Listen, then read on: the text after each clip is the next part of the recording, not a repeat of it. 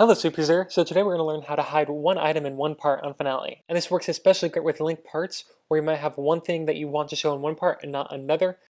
Now I did a similar thing in an earlier video which I'll link to below, where I did this as a big batch thing. So like let's say I had a bunch of, I don't know, let's say we had one like that for just the first instrument playing, where I can get rid of all of those in a part.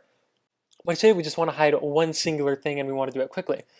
So one thing that this happens a lot is if you go to my parts, you'll notice I have measure numbers below every measure. Now, most of the time this is great and it doesn't conflict with the music, except for occasionally, I don't know, I'll have something like that where it's tied over into like that. We have a collision right there.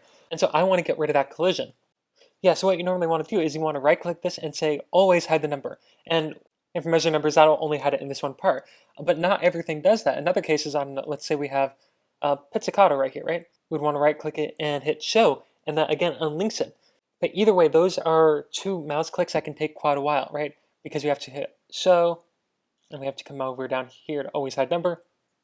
And that's, to me, an opportunity where we can do something faster. So what I did is I set up a keyboard Maestro macro, which actually does both of those things at the same time. And so that just allows me to hit the macro, and it does it for me. That way I don't have to do the P clicks. And the greatest thing about this is, I don't know, let's say I just have a line of pizzicatos. Right? Another pitch there. It looks like the animation is slow because you have to go through all those, but in reality, it's actually done before I even start, so I can move on to the next thing, like that. So it's as if I'm not even pressing any of the buttons. So if you decide to use a macro, I have a link to it in the description that you can use, and even if not, at least you have a very simple way to hide one item in a single part.